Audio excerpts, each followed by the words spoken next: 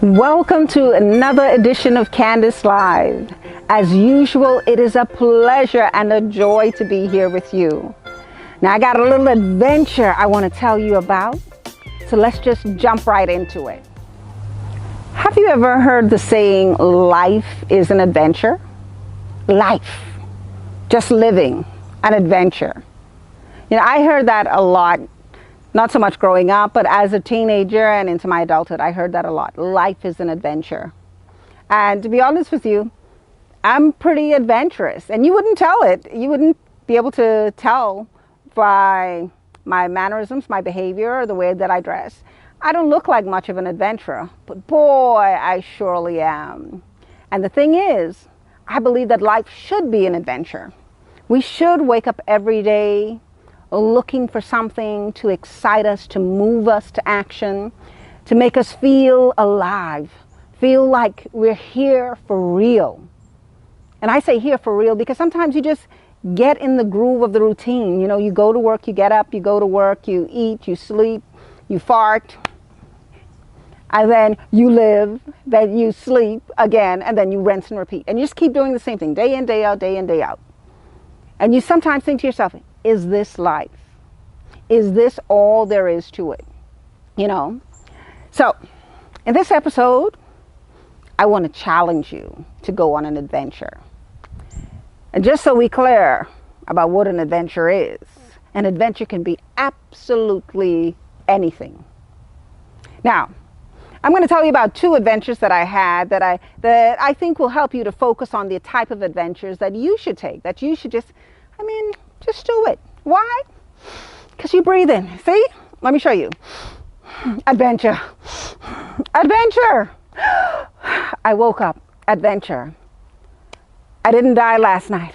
An adventure.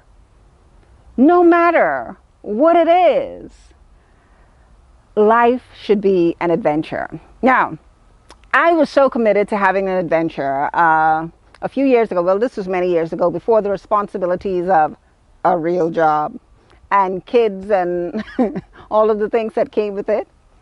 I was always seeking for an opportunity to do something out of the norm, you know. A friend of mine called me up and said, Candis, you want to go here? Oh, heck yeah. I had some older friends, you know, they invite me out for lunch. Candis, let's go for lunch. And you know the question that we always ask as we load ourselves into the car, and these are older women that have children, that have grandchildren, and I'm the young bird there, no children, no attachments, no anything. And as we all pile into the car, you know the question that is asked, hey, your passport and your purse? I know, it's weird, right? Your passport and your purse, you got your driver's license? What you got in there? Because you know what, by the time lunch finish, we can decide if we stay in the Nassau or if we go in someplace. If we're going to jump on the Bohingi. And we would be sitting down at lunch and looking out over the waterfront and think to ourselves, you know what? We could possibly catch a boat. Yeah. I had one of these same friends. We were out in Indiana and we were driving on the highway. And it was almost time for us to get onto our ramp and go back to our hotel. And as we approached the ramp, there was a detour sign. So we decided, okay, we're going to drive a little further down the road, another detour sign. Oh, we're going to do a little bit more. Again, another detour sign. The next sign that we saw said, off ramp to Chicago, going in the opposite direction. She looked at me, I looked at her, and we said, Chicago sounds nice. Let's go to Chicago. Just like that. In a second. Let's go to Chicago. And I know this seems reckless. Why would you set out on a path and then for no apparent reason other than another path exists, you would take the other path? The reason for that is because that's what life calls for sometimes. Sometimes you need an opportunity to get out of the norm. You need an opportunity to wake up your mind, to tantalize your very being, so that It's not all about drudgery. It's not all about, you know, work and labor and pain and struggle. You have to insert adventures into your life. You know, for some of you, it may be something as simple as eating something new. Eating something new, going to a restaurant and just deciding, you know, normally I only eat rice and chicken, but today's adventure, I'm going to try octopus. I know, octopus, look at it, it's crazy, it's creepy. But it is an adventure. And if for no other reason, when you see that plate in front of you, your mind starts to run, it starts to race, because it's like, what is this? What is this crazy thing? What am I doing? And you know what you're doing? You're giving yourself an opportunity to experience life at a different level. You're giving yourself an opportunity to broaden your horizon. You're giving your taste buds an opportunity to wake up, to be alive. I mean, just to I mean, like popcorn and hot oil, pop, pop, pop, pop, pop. And it's nothing outrageous. It is nothing like my friends and I. You're not asking, hey, listen, does a passport come with that? Where can this take me? You're not looking for a trip to the ER to say that you did it. But it's just about having experiences that make life worth living. You heard what I said?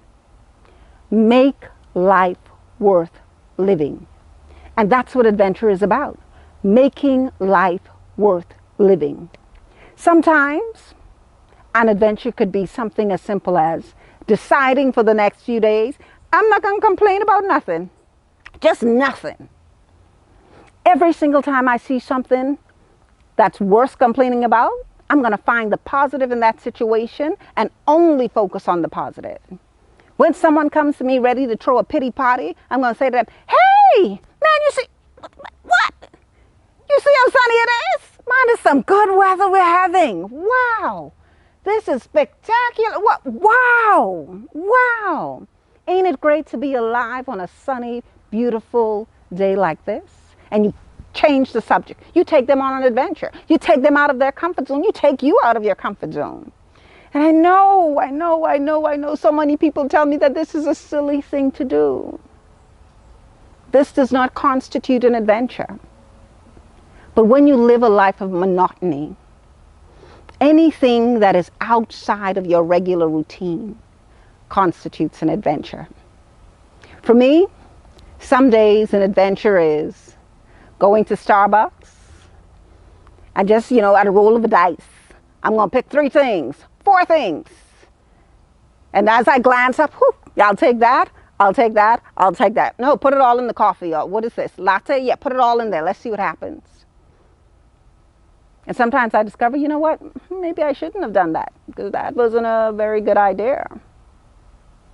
But it changes me. It changes me. It informs my decisions. And the way it informs my decisions, because I learned something in those moments. I learned what my body can handle from what it can't.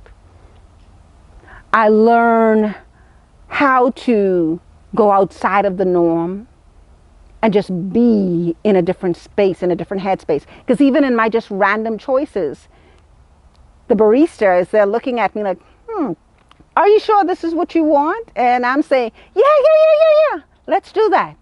Let's do it. Why not? Why not? And so it sparks a conversation. It sparks a conversation, and more often than not, it carries me into a new relationship with someone that I may not have ever had a conversation with, no matter how many times I went into that place. Because why? The cashier only takes my money and that's nothing else. The barista only mixes my drink and that's it. That's it. But when I come in there and I decide today is my adventure day, I'll take that, and that. No, put it all in the cup. Don't worry about it. And they're looking at me like, are you serious? Or is this what you're doing today? I'm like, yeah. The work week has been hard, man. It's been hard. It's been different. I need some excitement. I need something to wake me up. When I was much younger, I used to take adventures to the next level. I remember one time in particular, my sister and I were living together. We shared an apartment, and this was many years ago. This was over 10 years ago. And I was at work. A friend of mine called me and said, Candice, listen, I got this job in another country. I'd like you to come with me. And when you come with me, I will pay for your education. But the trade-off is that I need you to be a companion for my daughter because I'll be traveling a lot. And I thought to myself, that seems like, yeah, I could do that. That sounds like fun.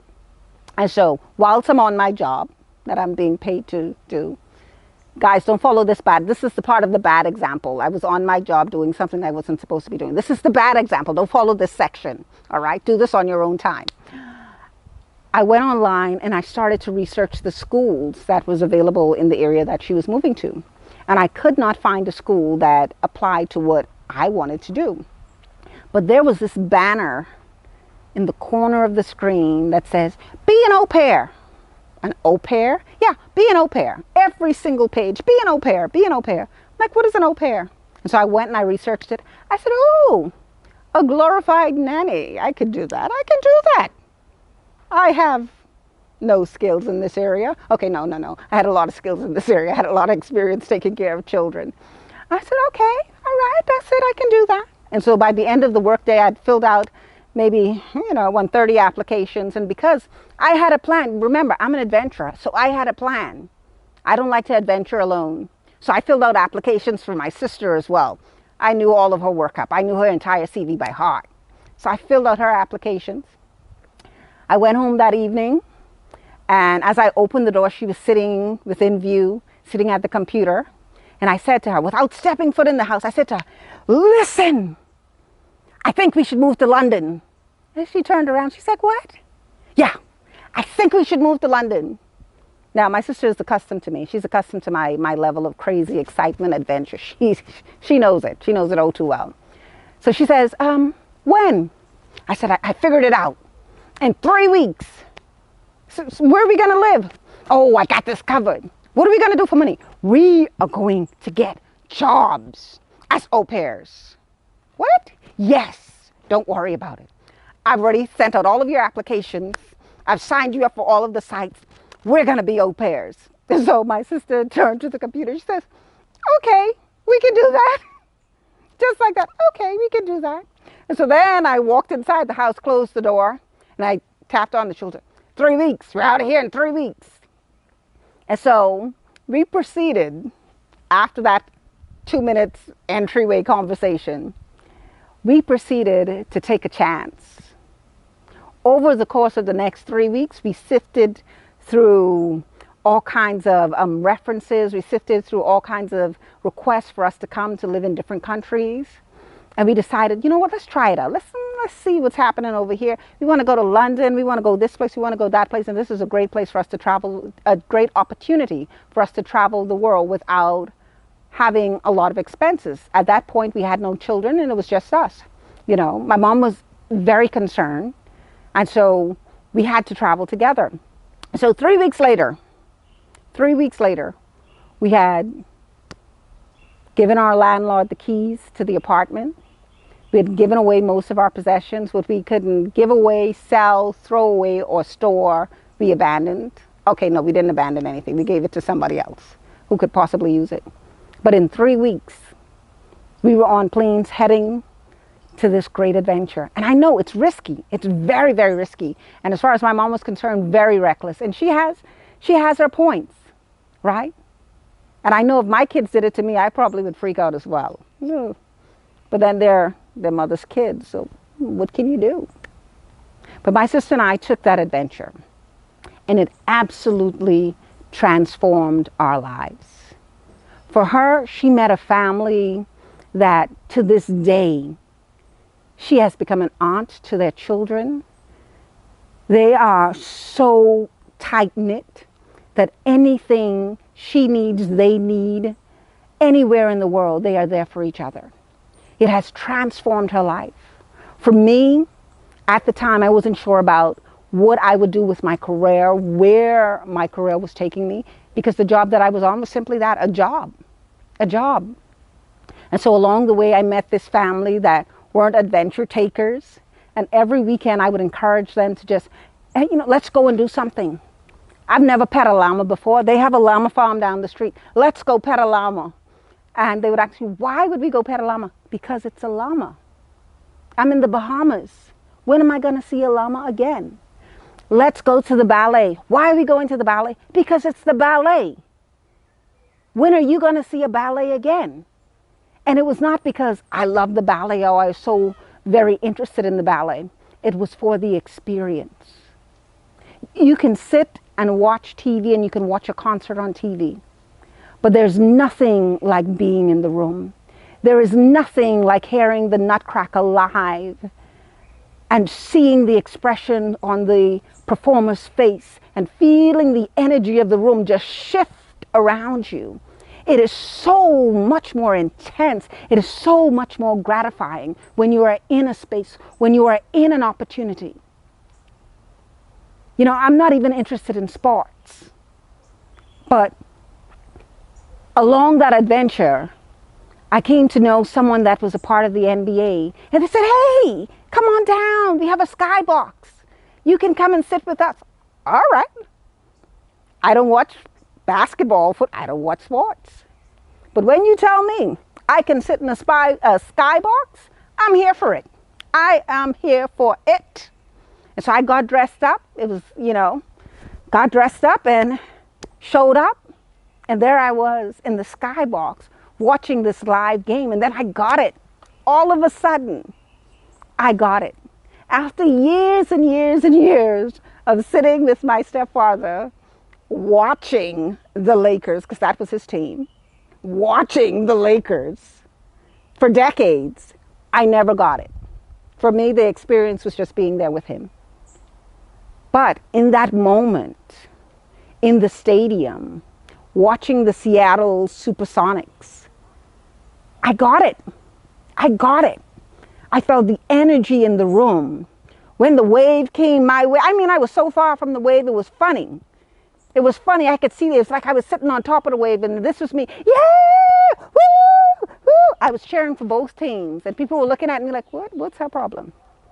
What's her problem? The energy was different.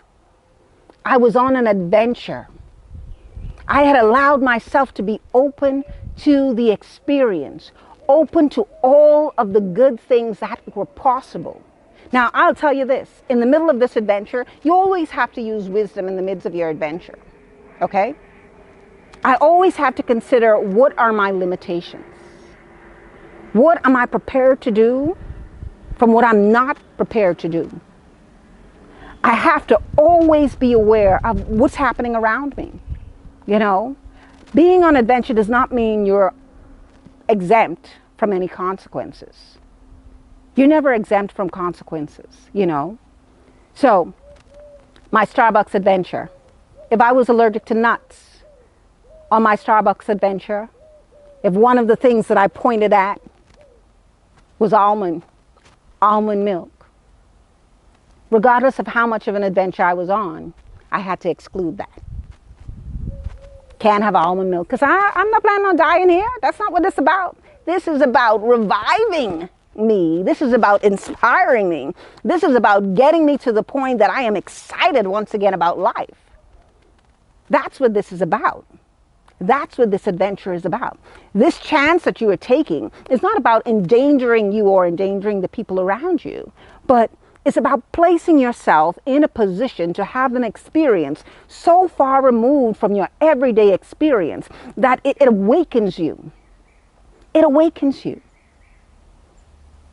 Sometimes just making the decision to be awakened can start as simply as making a step on a path just like this. 1 step, 2 step, 3 step, 4 step. 1 step at a time. Changing one thing about your daily routine so that you're excited to wake up. Changing one thing about the way you speak to others so that you're excited to have conversations. changing one thing about the way you perceive your environment. That you no longer feel stressed because all of the negative things that are happening around you, but you become energized because you can see the positivity that exists in all of these seemingly negative spaces. That's what your adventure can be. One step. The first stone, acknowledging that you need an adventure. And you know you do. You know you do. You need an adventure. That's your first stone. Your second stone is deciding which area of your life you're going to place this little adventure.